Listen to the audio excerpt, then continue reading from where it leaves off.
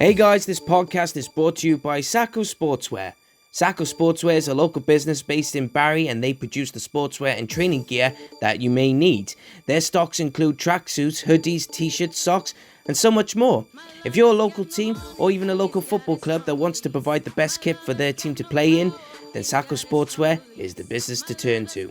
Even if you're not into football, but are into other sports, Sacco Sportswear also provides you with the best gear when you go to the boxing gyms, or even play rugby, tennis, and so much more. They don't just do training gear, or any outfits at all, and if you're just looking for something to wear in general, then they also provide the leisure outfits as well. So if you're interested and want to inquire, then get in contact via social media. If you want to look them up on Facebook, just type in Sacco Sportswear. On Twitter, it's at Sacco Sportswear, no capitals and no gaps at all. Or even on Instagram, same again, Sacco Sportswear with no gaps. Or even then, if you want to send them an email, it's at saccosportswear@gmail.com. They won't disappoint you, so get in touch. Sacco Sportswear on Facebook, Twitter and Instagram, or you can email again on saccosportswear@gmail.com.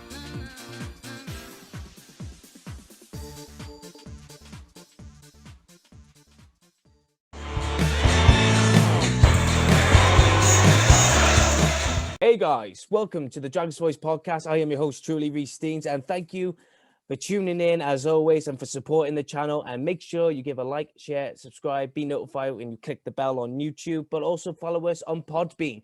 Dragons Voice podcast shares the audio version. So if you're ever out and about, whether you're traveling to an away game, well, fingers crossed for an away game anyway soon. But if you're ever out anywhere, if you're going to work or if you've got to do something, Dragons Voice Podcast is there for you on the go. So just make sure you follow us there and make sure you follow us on Facebook and Twitter as well at Dragons Voice 20 for the Twitter account, and Dragons Voice Podcast. Just give us a like on the Facebook page. But without further ado, we got another guest here on the show, former Cardiff City player as well. And I bet he's got a lot of stories to tell, you know, especially about Eddie May. And especially about the players he's played for, but it's none other than Nathan Wigg. How's it going, Nathan? Oh, good, thanks. Yeah, lovely. Thanks for the invite, Reece, onto your podcast. Really been looking forward to it since you said about getting it on Thursday. You know, no problem at all. I mean, I've been looking around for some former Welsh players, or whether or not they played Welsh international or they just played for various clubs. I've been looking around the place, and thankfully, even though Wikipedia is not really the best of things to look for, it just gave me a list of names. And I thought, well, Nathan Wigg, you've played for Cardiff, played for Ebbw, you played for Merthyr, you played for quite a number of teams actually. So. Normally, I always start off again with the cliche questions, but at the very beginning and at the end. So the first question on this podcast is, how did you start your career? Just started off locally. I'm Rogerstone, which is just outside of Newport, just going up through the ranks. And then just luckily enough, getting a break at Cardiff City through Gavin Tate invited me. I was a little bit late to joining the YT. Only my parents were hell-bent on me trying to get an education. I suppose the unfortunate thing for me is I was not very academically clever. So luckily enough, when Gavin Tate invited me down, I got enough at college at Crosskeys. So I managed to play a couple of games then and got invited to sign a professional contract the 1992-93 season, which Cardiff City went up.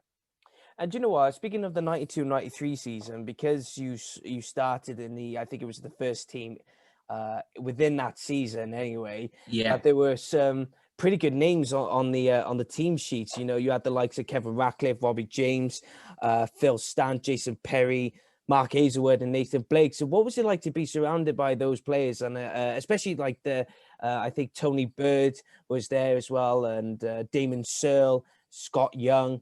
So what was it like to be around those type of people when you first went into the squad? I think it's only now you kind of look back and you think, Christ, you know, I was with those types of players, but I was fortunate that they kind of all took me into the wing. Robbie James, Damon Searle was a great figure to the young lads. Obviously, Robbie James, Paul Ramsey, Kevin Ratcliffe was absolutely amazing. Just and you look back now, and absolute legends of the game. Just phenomenal. You don't realise until the years have gone by, because football is just such a, even though you're not training all day and working all day, you're kind of constantly on the road. And it's only when you stop, you think, Christ, I was here, there and everywhere. But those guys, absolutely phenomenal, from Phil Stant to Carl Dale. Robbie James, absolutely phenomenal team as well. Speaking of, continuing on with the same squad that got up from the, was it to the third division? To the second, yeah. To the second division, it was a very successful team, and a lot of people would say that it's one of the best squads that Cardiff had for a long time, and especially you could say they're in the top 5 squads because of the names you had and everything, and you're very fortunate to be part of that. And sometimes you look back really on the place you play for, and you think, KNL, I played with so and so, I played with this guy, and I just wanted to know that I know I'm going to mention about the Manchester City game in a minute. Especially the FA Cup, because obviously it happened around in the 1993 anyway. But what I really wanted to know is that, was there any particular game that stood up for you for that season? Obviously Cardiff won the league, but at the same time I think it was around in the late summer periods where there was the European Cup Winners' Cup, where I think Cardiff were playing against Standard Liège. Did you play I came on and sub a couple of times in the home and away.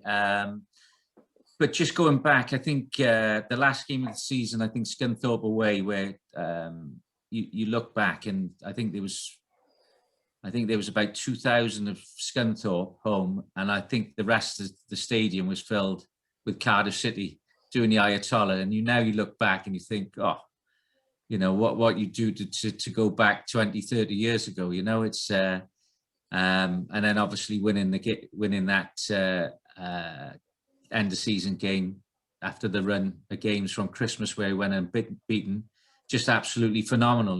It's and you pinch yourself now. I used to watch Kevin Ratcliffe on TV, marking Ian Rush, and then the next minute I'm kind of changing next door to him in the first team dressing room. Just pinch yourself type of stuff. Is there any moment that sticks out for you when you were around those? Because there was roughly 3 or 4 former Wales internationals in the squad.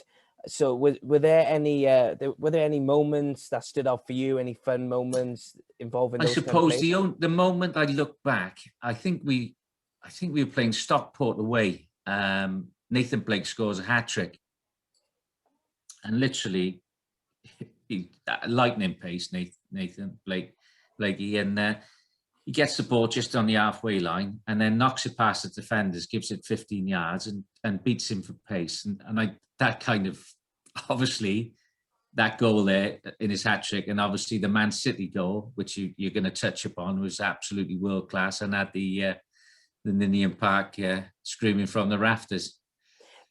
Do you know what? Let's go on to the Manchester City tie then, because you look back now and they're probably a fairly decent side to play against, a big side, but now they're bigger than ever because of the investments they had years down the line.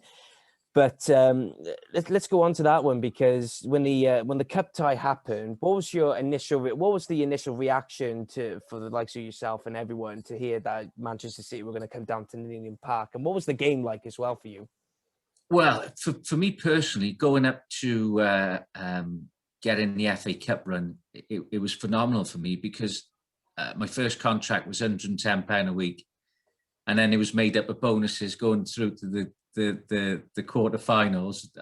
It was like 600 quid a win. So personally, I went from peanuts to an insignificant amount of money for a young lad who was 17. And then obviously the lead up to the Man City game was just phenomenal. You had Eddie May, who was a great motivator, and he just got the best out of the players, and just unfortunate really then to lose to Luton. But obviously the Man City game was just phenomenal, where Blakey just bends in the top corner against Keith Curle, who was absolutely phenomenal at the time, And a lot of people don't talk about was it Mark Grew or Mark Gray or something. Mark Gruey, the goalie, yeah, Mark Grew, because absolutely amazing. He was amazing against Middlesbrough. I think looking back, and I looked at the highlight, and I remember, I think we beat Middlesbrough because they had a midfielder, and Eddie was saying we'll wind him up and we'll get him sent off. I forget his name now. Anyway, we go and win, but Mark Aizlewood's on the bus coming back. He said I've hooked the ball off the line, and he was half a metre across the line. He said.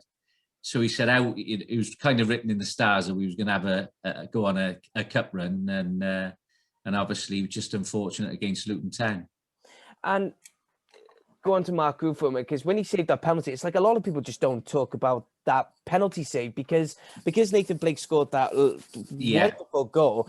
But it was literally because I was watching the Ninian Park Years, the documentary. It was in part, it was on YouTube. But I remember when I first watched it, it just popped up on BBC One, I think. And I was always watching it. It's some of the fans that they had on the show just to talk about the Cardiff City legends. They were saying that if it wasn't for Mark Grew, no one would have talked about the Nathan Blake goal because he stopped a penalty. So it was a very crucial. Oh, it was great. And to be fair, Grew, he wasn't the biggest, as you've probably seen on TV, but he was a great shot stopper, and obviously had a great career, And I think, like you said, really, I think that was all forgotten because Blakey goes and bends one in the top corner and has all the accolades. But without Gruey scoring it, saving that penalty, I think they needed something because as the game went longer, obviously the lads grew in confidence, and obviously at that save then enabled Blakey to bend one in the top corner to win 1-0.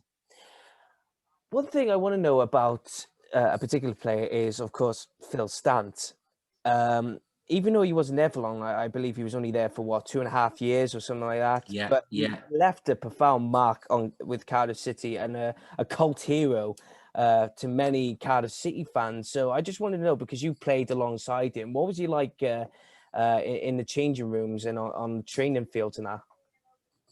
He was very quiet because he used to commute back and forth from up north. I think he was trained Monday, Tuesday, off Wednesday, and then trained Friday. So he was there probably 3 days a week, but obviously playing the games. But he was quiet. But I think with every player who gives 100%, and obviously with his background of being in the army, I think that scoring goals as soon as he came from Hereford for 100 grand, I think he hit the ground running, and not many strikers who've come to Cardiff City have hit the ground running as Stanton did. When you say he was quiet and everything, was there any moment that stood out for you that defined his character as a player, as a person? Just he used to go missing for about 20 minutes, and we used to say, "Where's Stanty?" And then he'd come back stinking of smoke. So the only recollection I've got of Stanty was he was just so quiet and loved the cheeky little fat oily on the old QT, But when you're scoring goals, you could do pretty much what you want. And then on the back of that, became a cult hero stroke legend. But I think it was just because of the distance from where he lived to Cardiff, really, which was probably the deciding factor that the transfer back where he went happened, And I think, no, sorry, go on. What was you going to say? No. And I think that was it, really. I think, he was a great lad, quiet and just good to have around the changing room, especially with his background of being in the army. It's always seems to me that there's always a ritual in there for players that, regardless, if they have a drink before the game or they have a cigarette smoke before the game, there's always a ritual. If they're scoring goals, it doesn't really matter. Because I was listening to the Ambition is Critical podcast, and they had Jazz Riches on the show, and he was talking about when Michael Laudrup was manager. He was saying, well, he used to have a wine before the game, and he'd be going banging in goals. So if it's going to work for him, it's going to work for the team, Definitely, So, of course, where there's great players, there's always got to be a great leader.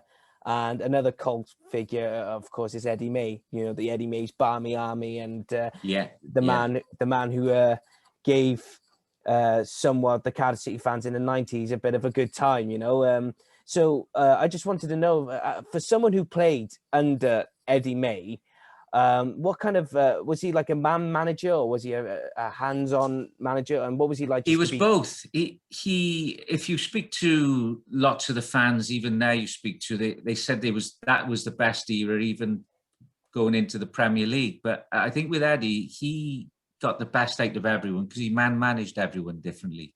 The stars, he knew that he had to put his foot down.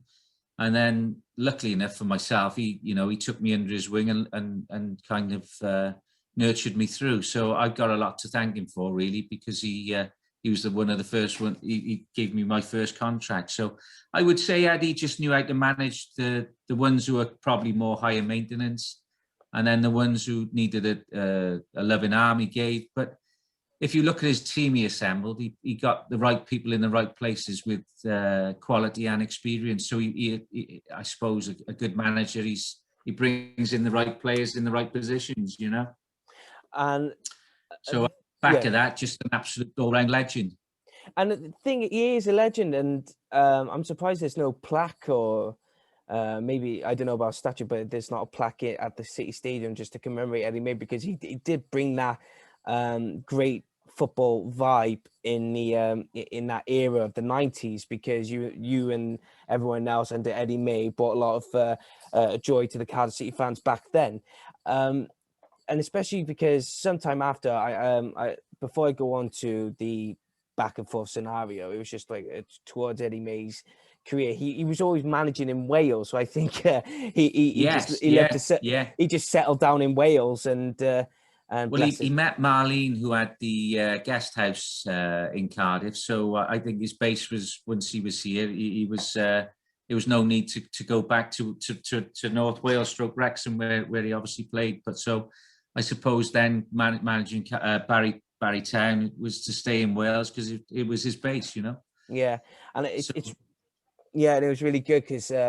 I mean, bless his heart, he passed away in Barry, you know, and yeah, terrible news, terrible. Yeah, well, a friend of mine, a friend of mine who I go and watch Barry Town with, his brother and his mother were neighbours to Eddie and his widow, bless her, Marlene, and I think correct me if I'm wrong, but I apologize if anyone's watching this from the Eddie May's family. Correct me if I'm wrong. I'm just going by what people told me. A neighbour, they were my mate's mum and brother, who they lived separate with. They were neighbours to Eddie, and the Marlene and the family went on holiday, and I think he stayed behind, and they couldn't get in contact with him, and so they contacted the neighbour, which was my mate's brother and mother, and they said, "Oh, can you just go and check on him if he's all right?" Yeah. And they couldn't open the door, so the brother had to go and jump in the garden, and he had to go jump in the garden. And he looked in, he couldn't see, but he managed to get into the house, and he just saw Eddie laying on the silver. Tragic, tragic. And but it, and I remember it was awful news, because at the same time I had a good friend, Laura, who ironically knew his granddaughter, who was very close friends with his granddaughter. I can't remember who it was, but I remember I left a tribute on my Facebook page. Yeah, and she called me up and said, "Is this true?" And I went, "Well, it's going around, you know, it's hitting news big time, so I assume it is." And she said, "They don't know. They don't know." And I just went, "Well, how can they not know?" And the media are finding this out, you know. And it was bonkers, but at the same time, I think it was a lovely tribute what they done with Cardiff and the fans, because they still loved him even to, you know, the last. Yes, you still there? Yeah, I'm still here. Hello. Oh, have I gone there?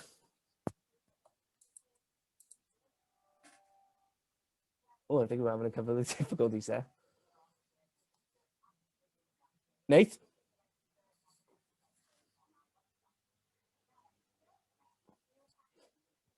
Magic with Eddie, and I actually went to his funeral and just had a phenomenal reception and a fantastic send-off for a fantastic man. Yeah.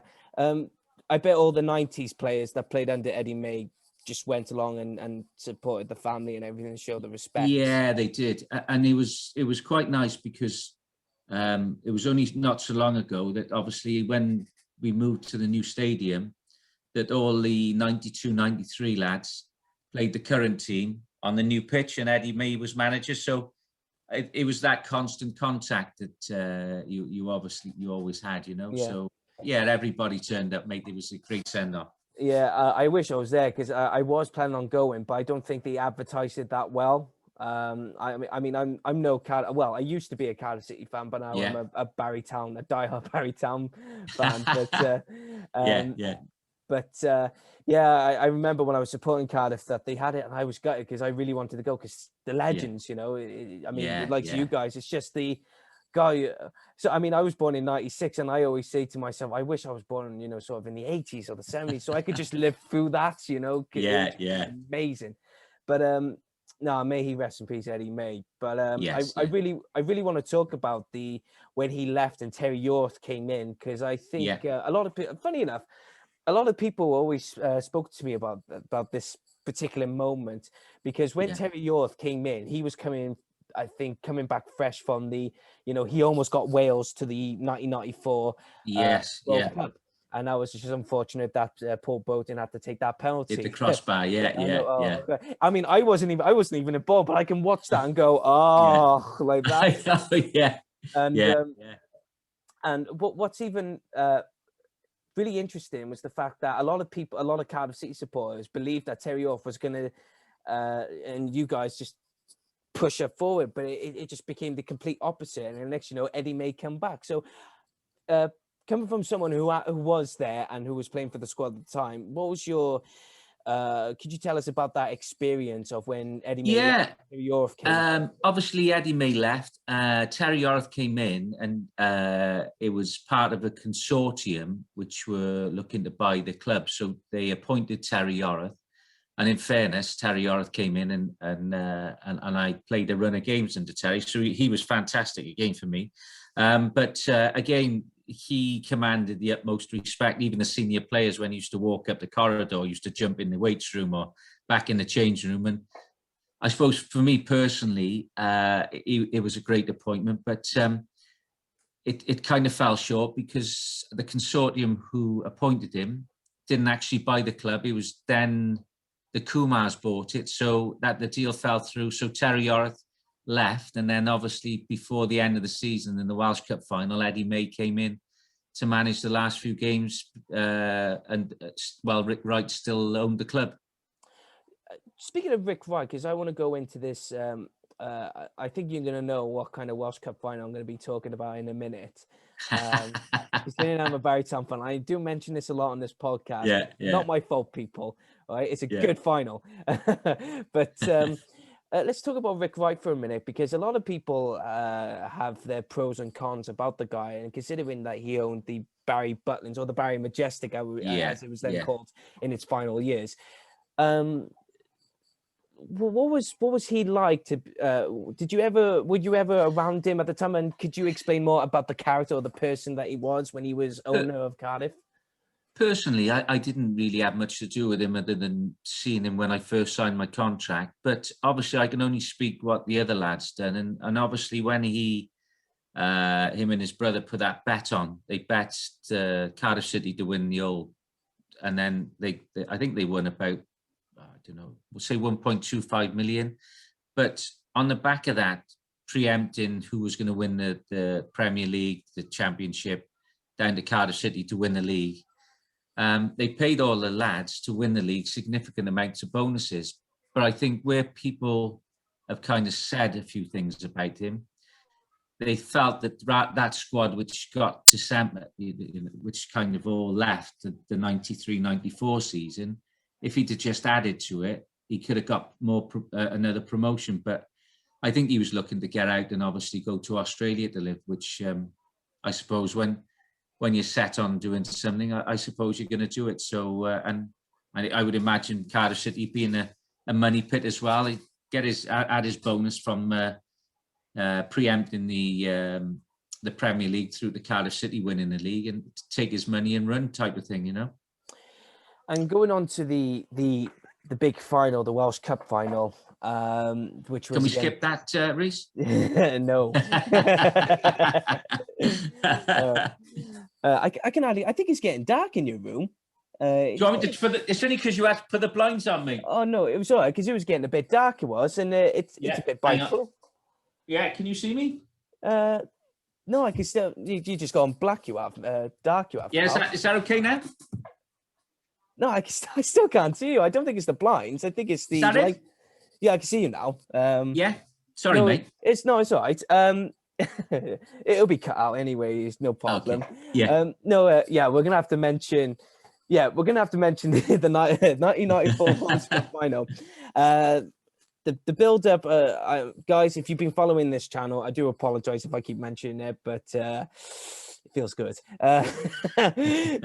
So coming up to the big build up to the Welsh Cup final, obviously it's you could say it was a big derby in some ways because it's the David versus Goliath kind of thing that Barry Town were, and they've just recently entered into the Welsh League, and obviously that Cardiff were still staying. They were given immunity to not move from the Football League to the Welsh League. So it was that Welsh League versus English League kind of going into it. But at the same time, because of the amount of the players, especially yourself, Phil Stant and Nathan Blake, Owen Griffith, I mean, I could go on with the names and everything. And then you got as people labelled as the Dad's Army of Barry Town, because most of the players are in their late 30s or roughly in their 30s or going into their 40s, especially with the likes of Alan Curtis, playing for Barry, and you got the Giles brothers, Terry Boyle, Andy Beattie. Terry Boyle, Andy Beattie, obviously. Yeah. So it was basically looked at as with the old veterans go up against the new young forward-thinking squad of Cardiff City. I spoke to a lot of people, especially a lot of former players, that they said that Cardiff had an easy route to the Welsh Cup final, whereas Barry had the complete opposite. They were scratching and clawing to get in. And then the big moment came where 15,000 people tried to fill up the old Cardiff Arms Park at the National Stadium. And even the build-up then, the odds-on favourites were you guys to go and win the cup. And then all of a sudden it just didn't happen. Barry went 2-1. But I just wanted to know, what was the build-up like for you guys before going on to playing against Barry Town? And what was your thought process? What was did you feel like you had the feeling that we're going to beat Barry? What was going on then? I think that must have been. It was a long time ago, and obviously at the end of I didn't even play that game, thank goodness. But obviously, even at the end of it, going into the dressing room, it was like a morgue. But I think leading up, it must have been that, looking back, that fact of playing Barry Town, maybe, it's an easier run rather than playing someone like a Wrexham. And that's no disrespects to Barry. But actually on the day, Barry Town done a great job and hung on in the end and won 2-1. But they obviously played really well, and phenomenal result for you guys. All right, I want you to confirm this mystery, this myth that's been going on. So, because I had David Giles. Funny enough, I recorded an episode with David Giles yesterday. Absolute legend. Oh yeah, you saw the post you did like on Facebook. Yeah. And lovely bloke. But there was a myth going around, and it happens still at Barry Town where the people talk about it. But is it true that the players who played in the final did not want to go up and collect their runners-up medals, and some of them threw it into the crowd when it happens? Is that true? Is that false? Or I think it was more of the lines of just distraught. I think the lads, because it was like strange, you had to go up the steps. I think the lads didn't really know where they were going, if I was to be brutally honest. But as you can imagine, I know Barry were probably professional, but being a professional footballer in a football league expecting to win, I suppose is that mixture. Even though I didn't see it, I would have thought the lads Jason Perry would have led them up to collect their medals. And again, I don't know, but I can only presume that the lads would have been professional enough to just gone up to get their medals. even though how distraught they would have been to lose 2-1, you know. No, it's because it's So yeah, no, go on. I saw, that myth. I think there's probably people jumping on the bandwagon and adding their bits in, but yeah, I would imagine Eddie May would have made them go up and do it properly, you know, because he was that type of character. But I'm pretty sure people have had their say. But I couldn't honestly tell you the truth because I didn't go up. Yeah, no, it's fine because I asked Damon Sill that, and he was there going, "No, we didn't do that." And I thought it's because you were because he was assistant manager at Barry Town for a while, and of course he was, yeah. And I asked him that, and he I think he was a bit adamant to say, "Oh no, you know, it didn't happen." Yeah. But he's going to say that because he's still working there, isn't he, Damon? No, he's not there no more. Where's he gone? Well, he's still working at Cardiff. I think he's. Sorry, mate. He's still at Cardiff City. That's what I meant. He's not going to say that because he's still doing the ticket sales at Cardiff City. So he's going to say that, mate. I know, but fair enough. I mean, because he lives in Barry, and I know his boys, Connor and Curtis, and they're good at school. And I think he's going to be a grandfather soon, and he's young. Yeah. Well, I don't think he's got a grey hair in his head, Damo. No. He's like Peter Pan, isn't he? Yeah, he looks 25 still. I'm thinking, know, I'm 25 soon, and I've got grey hairs. It's the pressure of the podcast, mate. It is. I tell you that now, and my missus is not helping much either. You want to marry you then, mate? With the if you got a bit of grey hair, mate. Oh well. Here's the thing. I actually did go down on one knee. No. A couple of years ago, I did go down on one knee. And that wasn't to do with COVID either, then. No. No, she's brilliant. She's very supportive. Great. Emily, great. She always there going, "Oh, who have you got on next?" and everything. And I say so and so, and she goes, "Who?" And I think I'm insulted. I am very much insulted. But the thing is, it's like this whole point with the podcast anyway, Dragon's Voice.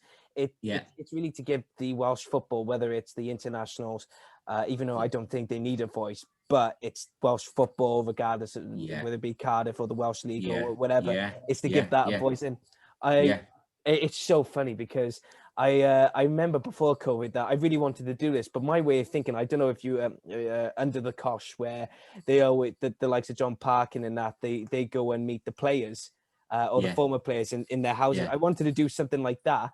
And COVID happened. I thought, what am I going to do? And then next, Zoom just came up, and I thought, you know what? Fab. Yeah. Do it that way.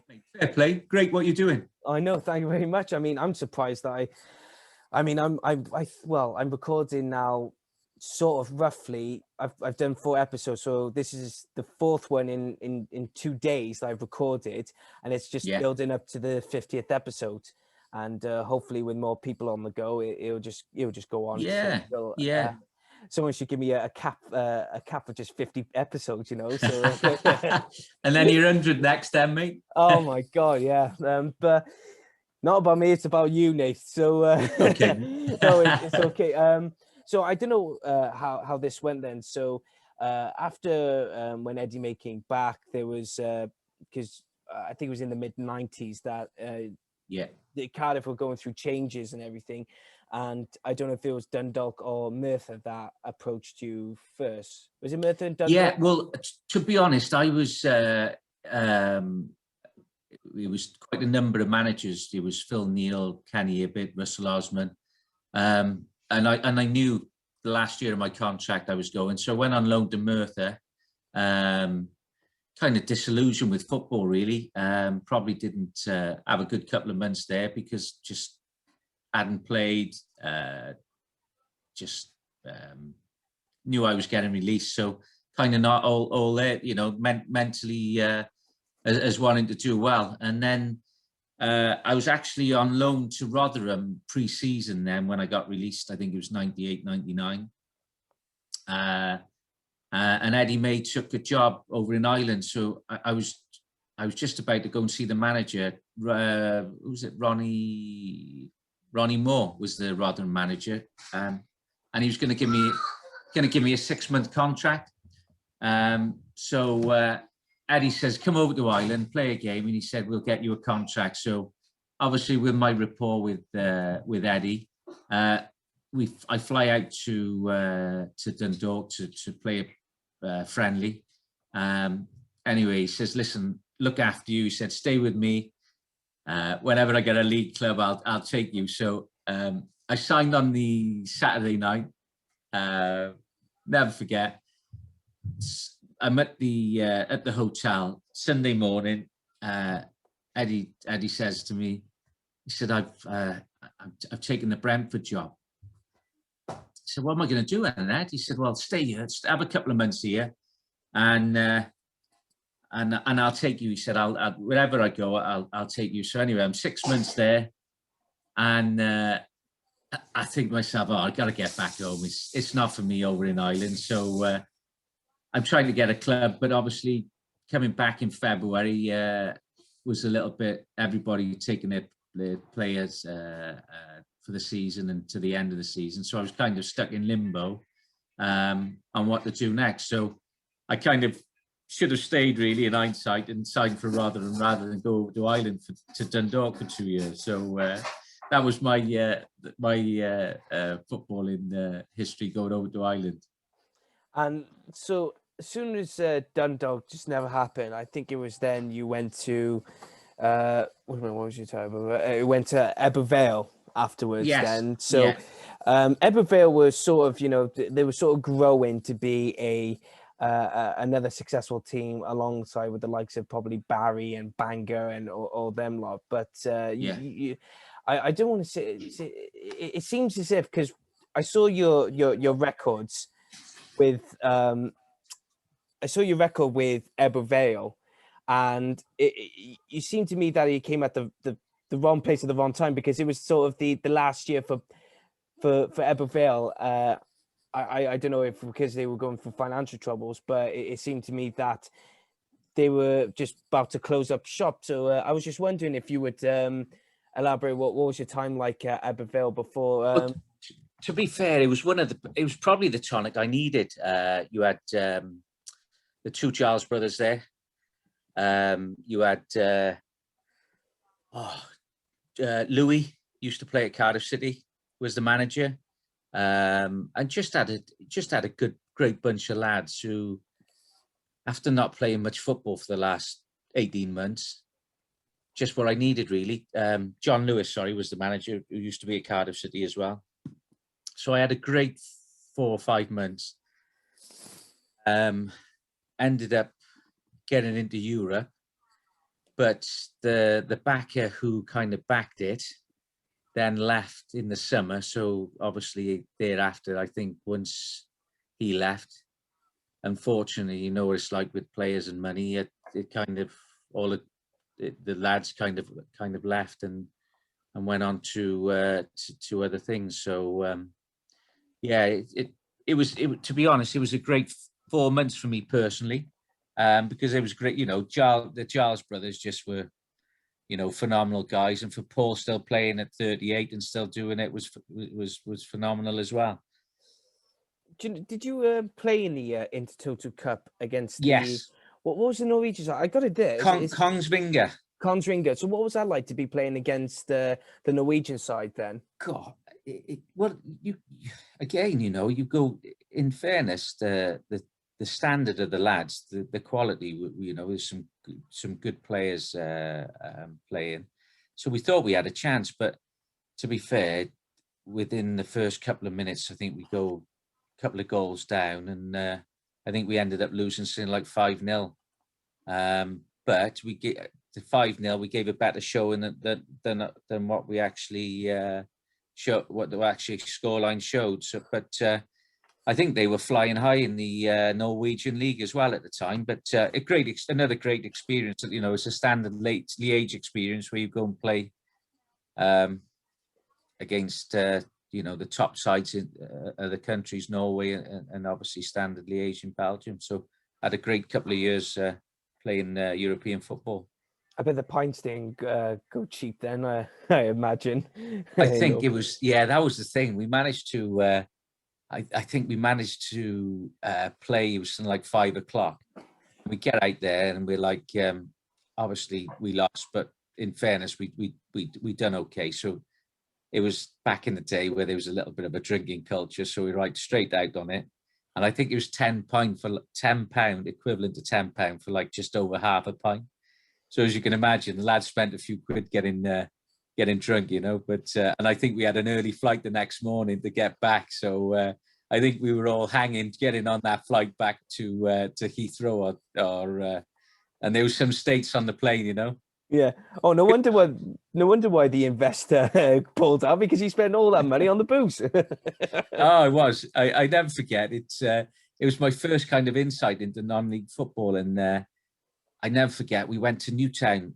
I think I'd only played a game or two, and the chairman came in with his big black leather jacket, and he pulled out this wedge of cash, and they're counting the wedge of cash, you know, to give to the lads. And I think even back then there was still lots and lots of money being paid out to some of the lads, you know, even though it was only classed as expensive. So I think lots of the lads, just why my memory lasts, it was people were probably better off playing non-league football and having a job rather than going to Cardiff City and picking up 600, 700, 800 quid. So there was lots of rumours flying around that there was lots of good, better non-league players, but they couldn't afford to take a pay cut to go full time. And as soon as Ebbw folded, it was a sad time for the club. I know they reformed. I don't know if they're still going to this day or not. But as soon as Ebbw folded in 1998, you went on to go and play between in 98 and 2000, Forest Green Rovers and Gloucester City. Yes, yeah. But it was inevitable that in the early 2000s that because you started at Cwmbran, it seemed to be inevitable that you go back to Cwmbran and play for them under Tony Wilcox. And I bet there was the likes of Chris Summers there, Roger Gibbons. I think Roger was still playing for him at the time. I think he was involved in somewhere else. And the season I signed, it was kind of it was on my doorstep because Cwmbran was obviously, I'm local to Cwmbran.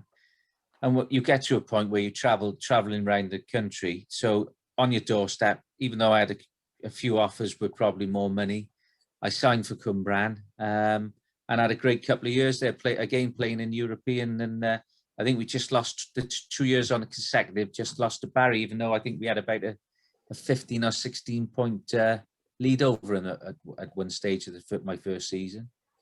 And I want to talk about Tony Wilcox with me, because Tony Wilcox was basically Mr. Cwmbran Town, because he was manager since maybe 1990 or 1991. So of course you 12, 13 years of being the manager there. I mean, that means something, and how much he meant to the club. And but unfortunately, he passed away while he was manager at Cwmbran. Yeah, he did. I just wanted to know what was your response, or where were you when the news broke out that Tony had passed away as manager? Well, funny enough, when I first signed, I signed more through John Colley, the chairman, because John Colley was involved in Cardiff City heavily with sponsorship for actually when I was at Cardiff City. So I met up with John and Tony. So I had more of an affiliation with John Colley until pre-season started. And then obviously Tony Wilcox kind of reminded me of Eddie May, really, whereby he got the right players in the right positions and commanded the same mutual respect. And then obviously I got to know him more and more because I only worked part-time and played football and trained more than I did possibly work at that time. So I built up quite a strong relationship with Tony Wilcox. So it was the day before I'd actually gone to the Heath to see him. So I went to see him and I said, "Oh, you know, how are you feeling?" And he said, "Oh, you know, he always used to rub his hand when he was a bit nervous." So I knew he was nervous, rubbing his hands. And he said, "Yeah, I got to have all the valves done," he said. So I said, "Oh, big job then." He said, "Yeah."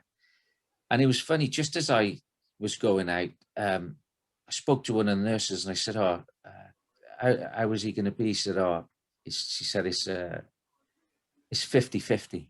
And I never forget. And then obviously I was calling John Colley, who was the chairman at the time, and I knew he was going down. I think it was about 10 o'clock in the morning. So kind of on pins just to see how he was. And then obviously he didn't come out of the operation. So it was just another tragic time for someone who had such a young family as well, and obviously Mr. Cwmbran Town. And again, after that, I don't think Cwmbran Town was ever the same. And Roger Gibbons had to take over the responsibilities towards the end, and it was the 2003 Welsh Cup final, and I believe that was against Barry as well. So, yeah, we lost to Barry 1-0. I think Tom Ramosset scored. Yeah, I think it was just so flat. Personally, it was just such a tragic time. But yeah, poor old Barry Town done a couple of doubles over us, mate. Yeah, well, it seemed to be afterwards though that Barry just went like that afterwards, like a air balloon because of what was going on behind the scenes. But it seemed a bit poetic though for you guys to just get to the final and to do it in Tony's name and honor, And did Roger feel a bit of pressure because he had that responsibility to take over? I just think that all the lads who were there had been with Tony for a long time, and whereas you think that you was up for the cup fight, I just think it was a flat day. It was one of those days where, not saying Barry Town deserved to win because they had the big striker Ackwyn Fan were up front, still at Wickham, and I never forget trying to tackle him, and I bounced, I think, to the other side of the pitch when I tried to go near him. But it was one of those days. I think everybody was flat, couldn't raise their game, which possibly down to Tony Wilcox, possibly down to a number of things. But yeah, probably Roger felt a big burden on his shoulders to try and win that for Tony, and unfortunately, he didn't. We couldn't manage it. So, of course, afterwards, then, did you feel that when you were at Cwmbran that you were going to finish your career with the team? Because normally it seems a bit poetic where someone would go home, where they started, they will finish it off. It's like, you can say that by a lot of people, I mean, I can't really think at the top of my head because there's so many to choose from, but it seemed that, it seemed poetic enough to finish your career with Cwmbran. So what was the problem with, did you want to finish your career with Cwmbran, or was there another opportunity? It was just, I think at the time, I went to Port Talbot that year, probably not realising I was going to go there. I was just struggling with a knee injury myself, and ideally I would have stayed at Cwmbran. He was just, I think, John Colley lost who was the benefactor at the football club. He was saying, I want to retire now. So I think there was lots of uncertainty. So again, when you're still having a wage from football, you kind of rely on it. So I ended up going to Port Talbot with Mark Jones, and was kind of sold on them being the up and coming team, and trying to be successful. So I ended up having a year there, and it wasn't a bad year. I think we got to the final as well. So yeah, just again, but just lots of travel in the League of Wales. So I think that was my final season in the League of Wales before I had 6 months down at Clevedon. Funny enough, because it says that after Port Talbot you went to Llanelli. So I did, because Ed, sorry, I did. I forgot that. I had a phone call with Llanelli again. Were struggling. So Eddie May rang me to say, "Listen, I'm going to take over. Would you sign?" So I signed this pre-season before he actually came manager. But I never forget, we went to Bangor, and I think we got beat 5-0. And I think he felt guilty after the scenario where he left me in Ireland, and he just said, "Listen, I'm not going to be around long. I'm looking for to kind of get out, losing 5-0." So I had a phone call literally on the Sunday. Would I go to Clevedon with a couple of lads, and just thought, yeah, I'll have a change, and kind of left after the one game. So what was your final club that you played for before you eventually retired? Well, I actually went to Clevedon, and then Risk United. Jeff Eckard was manager of Risk, and I ended up having a couple of games there before I kept tearing my calf because I put on too much weight. But yeah, so the last game was at Risk United. Yeah. Did you? I don't know if you did, because I remember Jeff Heckart going to Kyra Ely to be a manager. Yes. Was you a coach with Kyra Ely? What happened was I knew Mark, who's the Mark Rees, who's the chairman, and he'd been on to me, and I think I just got disillusioned with football. So Jeff actually went for a couple of years and actually done well, got promoted, and I ended up taking up golf, and haven't looked back, as you know, as when I messaged you Saturday. So yeah, I think it's a big commitment, and now with the family and children, even though I'd like to give something back, I think my boy's coming up to 5, so I'll probably put something back into football with him. I would have said now. Is it weird because with your son being 5 years old, you probably grow up a bit and go, oh, wait a minute, my dad played for Cardiff. So it's going to be one of those things, because I asked David Giles sort of behind the scenes about, his grandkids, knowing that he played for Wales, and he said, oh, it's mad to think, with kids or grandkids, when they follow football and they go into it and they realize, wait a minute, I got a family member or my dad or my grandfather. Yeah. But it's just, they become a fan themselves, even though your children or your grandkids. Yeah. Bonkers. It is. And to be fair, I haven't pushed him, and my wife wants me to push him, but he's actually football mad. And, I'd like him to just do whatever he wanted to do, because I think I just going off on a tangent, there was a lad who I played with just through Rogerstone Rangers, and head and shoulders above anybody. And his dad was on to him. Anyway, cut a long story short, when he was 10, and he was absolutely phenomenal, his dad used to push him too much and say things to him. And in the end, he just said, Dad, I'm packing it in. So I've been mindful of that. So as long as he enjoys it and wants to do well, I'm more than happy to push him. But I suppose I wouldn't force him to do something which he didn't want to do. But hopefully, fingers crossed, I would like him to go down the football route, just because it's not only does it kind of give you something to look back on in life. You've got a great team spirit, and you meet so many good lads along the way, become firm friends over the years. Yeah, and I think as well, I have to agree with you, because my dad, he didn't necessarily try to get me into football, because he used to play himself. He had a trial with Cardiff City, and that was back in the 90s. He had a trial, and I think he played for Inter Cardiff for a few games until he buggered his ankle up.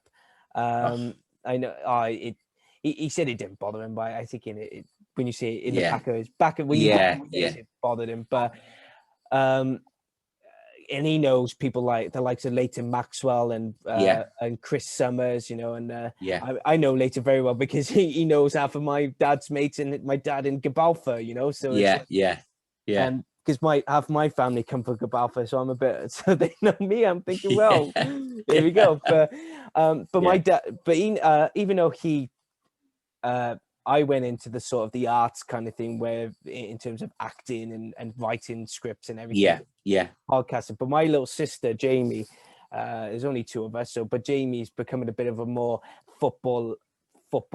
I mean, she's got the gift of gab. I don't know where she's got it from, but she's literally she's nearly tall as coming up to my height, and she's 12. And and the thing about her is that she's attacking midfielder. Yeah. She loves to go for goals, and that's just a striking motive. But because of her height, it is. Yeah. But because of her height and because of the strength she's got, my dad and my auntie who played football, and I mean, I was a bit of a goalkeeper myself, because I always looked up to, my dad always looked up to Neville Southall, and I always looked up to so like that. But if I was ever a striker, because my dad was an Everton fan, I look up to Big Dunk, and I met him. But he was Jamie, my little sister Jamie. She's never liked being an attacking midfielder, even though that's her position. So good at that. Now she doesn't care. She's going goals for fun. Going for fun. And she's letting them know. And she's playing for Barrytown, the girls teams. Yeah. And one of the coaches said to me and my dad and my mum that she's got that potential to go international football. Fab. Lovely. And I'm saying to myself, she better stay on because I need a holiday. I need these grey hairs. Oh man! And do you know what? I'll tell you this very quickly because I mentioned Duncan Ferguson, and it's got something to do with Cardiff City as well. So my dad and my auntie, my dad being a diehard Everton fan, and my auntie being a Cardiff, even though she liked Everton as well, they got tickets because my auntie was a season ticket holder for Cardiff City, and she still is. But I'm a bit of an avid collector of autographs, and they were the hotel, the St David's Hotel in Cardiff. So I went, and it was a time where Marco Silva was the manager. Yes.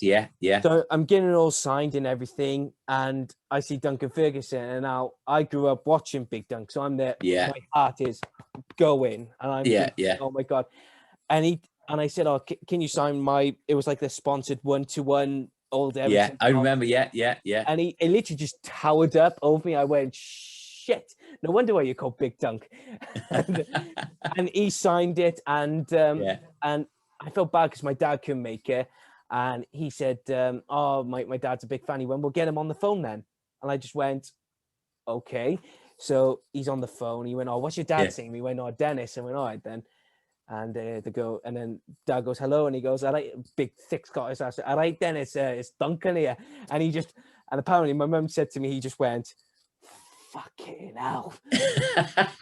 And it was so funny because he said that, and he went, fucking hell, my son did it. And so he's on the phone to him for a good 10 minutes. So I hope you had some extra pocket money for that, mate. Oh, mate. Well, this happened when Cardiff were in their second season, but here's the topping, the cherry on top of the cake, right?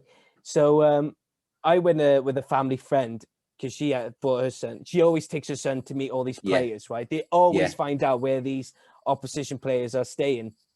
So we go to leave, but then I thought, I got to say thank you. And so I just quickly rushed over, and he stood up, towered over me again. And I just shook his hand. I said, thank you so much for that. That really meant a lot to my dad. He went, oh, no problem. And he went, you going to the game? And I just went, oh, no, I can't. And his face, I thought he was going to strangle me like that Leicester City player did. But he just looked at me and went, how come you're not going? I went, I haven't got the money, so my auntie and my dad are going instead. And he went, do you want tickets? And I looked at him, and I just went, yeah, all right then. And he went, how many do you need? And I should have said 3, because I said, oh no, 2. And I should have said 3 because he just gave me the tickets. We go in the away end, and my auntie sat on her own, bless her. My dad was like, what's up? Yeah, well, she's a Cardiff City fan anyway, so. Well, she was there going, yeah, but I'm not going to be on my own. I should have said, she still holds that against me. And even now, because what a lovely touch that is, though, isn't it? What I know lovely touch. Yeah, and fair play, and it's been really good because it's not just that. It's like with the podcast, like to yourself and everyone. I get a lot of.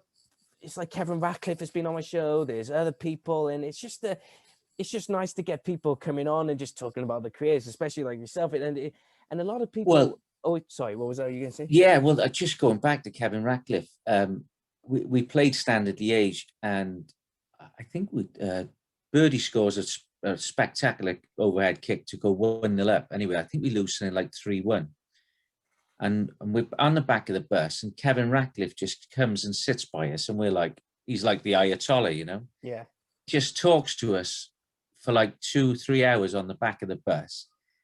And, you know, on a par with Duncan Ferguson is an absolute legend. And you just look back and you think, you know, absolutely phenomenal, because he could have just sat at the front of the bus and not said a word to anybody, but he took his time and said and talked us through. And I, again, similar to yourself, just intrigued in his career, because I used to watch him against Ian Rush and Liverpool being my team, just saying what was the battles like, and just talking you through the day-to-day life. And it's another story I can tell you, but I can't tell you on the podcast. All right, one minute. I'll right. Hold that story then, and apologies, guys. I know you want to hear the juicy stuff, but I can though. So So, but that's the thing though, because because with this podcast, I mean, it's getting a following, and but I mean, it's just I don't want to sound, when people they talk about, it's like, oh, I've come from this, I come from that. I hate blowing my own trumpet. I hate it because I don't. I'm one of those people that just don't particularly like to talk about myself in that kind of manner, because a lot of people, I mean, when people come up to me, when people say the likes of yourself, and I had a former Bangor City player, Michael Johnston, the other day, and he was saying to me, oh, well done, love what you do. And I get very shy with compliments. I'm there going, well, and don't forget, mind, especially us lads who are not playing anymore, it's kind of nice to be asked to do something football orientated, because you're a long time retired, so when someone, funny enough, I've been doing a few podcasts with Steve, who does the Cardiff City one. Yes. Oh, funny enough, I think, did you do it with Derek Brazil as well? Yes. Yeah. I watched that every now and then. Did you? Yeah. Well, that was one of the reasons why I got you on here. Was it? Yeah.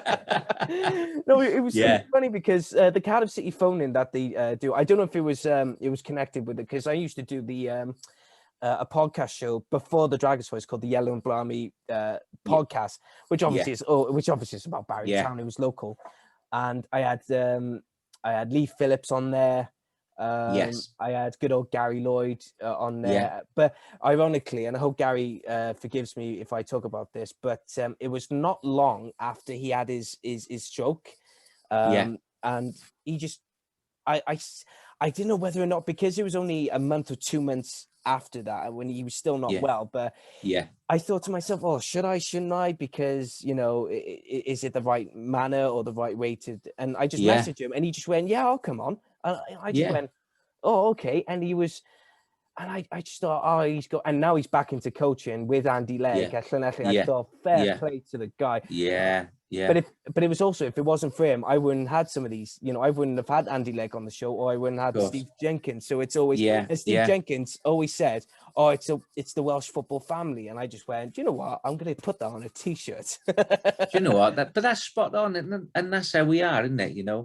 Even, I played against those Steve Jenks in the derby, but when I seen him then at Merthyr, it's like, how you doing? It's all, it's that Welsh family mentality, isn't it? It's and doing a sterling job yourself, mate. Oh, thank you very much. And I thought I'd ask you another question, because I had it on my notes, but I was so drawn in.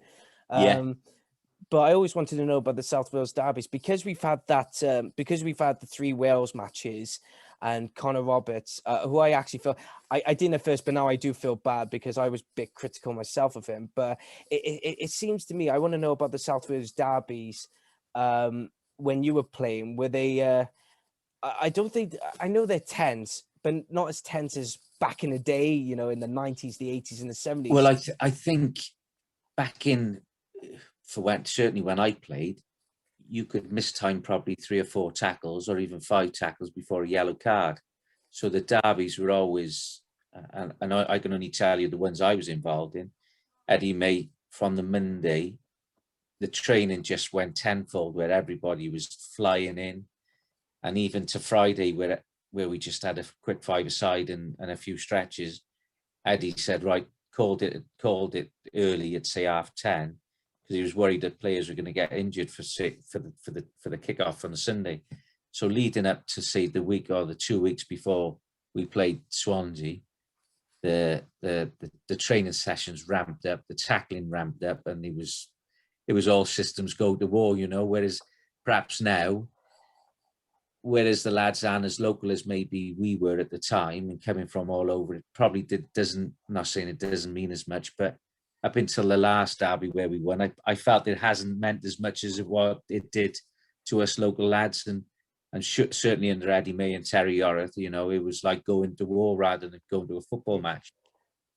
Did Eddie May always let you guys know that you got to beat these Swansea fans, these Jack bastards, you got to do it, you know? And it was, he didn't say much, but he instilled it. You know, we got Swansea, so literally the intensity in training was ramped up to the rafters. And, you know, if, I don't know, say for example, half time, it was kicking the kit box around and absolutely going bananas to get players knowing full well what the derby meant to everybody as much as the fans. And another thing as well with because I've mentioned this in the last podcast with my friend Luke Williams, because I like I said, I've been recording the past 4 podcasts in the span of 2 days, but when people talk about Connor Roberts, and especially as well that he's been getting a lot of shtick in the last 2 games because he slipped and Belgium scored the goal and then he had a red card. Is that the Cardiff fans see? Presumably you are Cardiff City fans doing it, but it seems to me that if a particular player, especially if someone's playing for Cardiff or Swansea, the rival fans would take a jab at it. And I always wanted to ask you, do you think that's a bit fair to say, in the sense that even though it's a rivalry, but do you think it should have just been pushed to one side? It's like, look, leave your prejudice in the derbies to one side. This is Wales. Well, that's what I thought would have happened, to be honest. Your Cardiff City and your Swansea City derby, that's for that day. Once you put on your Welsh shirt, you're actually all as one, you know.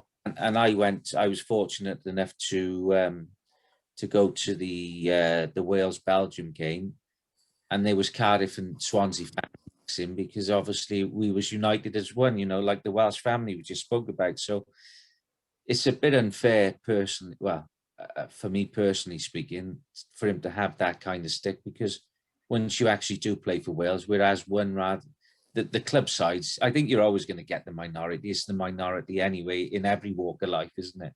But the poor boy doesn't deserve that, because we're all human at the end of the day. And mistakes, you look at John Stones last night against Poland. You know, he's been on fire for Man City, and then goes and concedes an error. So I think everybody's human, but when you're playing for Wales, I think we should all be united, and like Steve Jenkins said, the be together as the Welsh as one. Yeah. I just want to say one final question, which is another cliche of mine, and I know I mentioned this in the last podcast. It always seems to catch people off guard, but how do you look back on your career?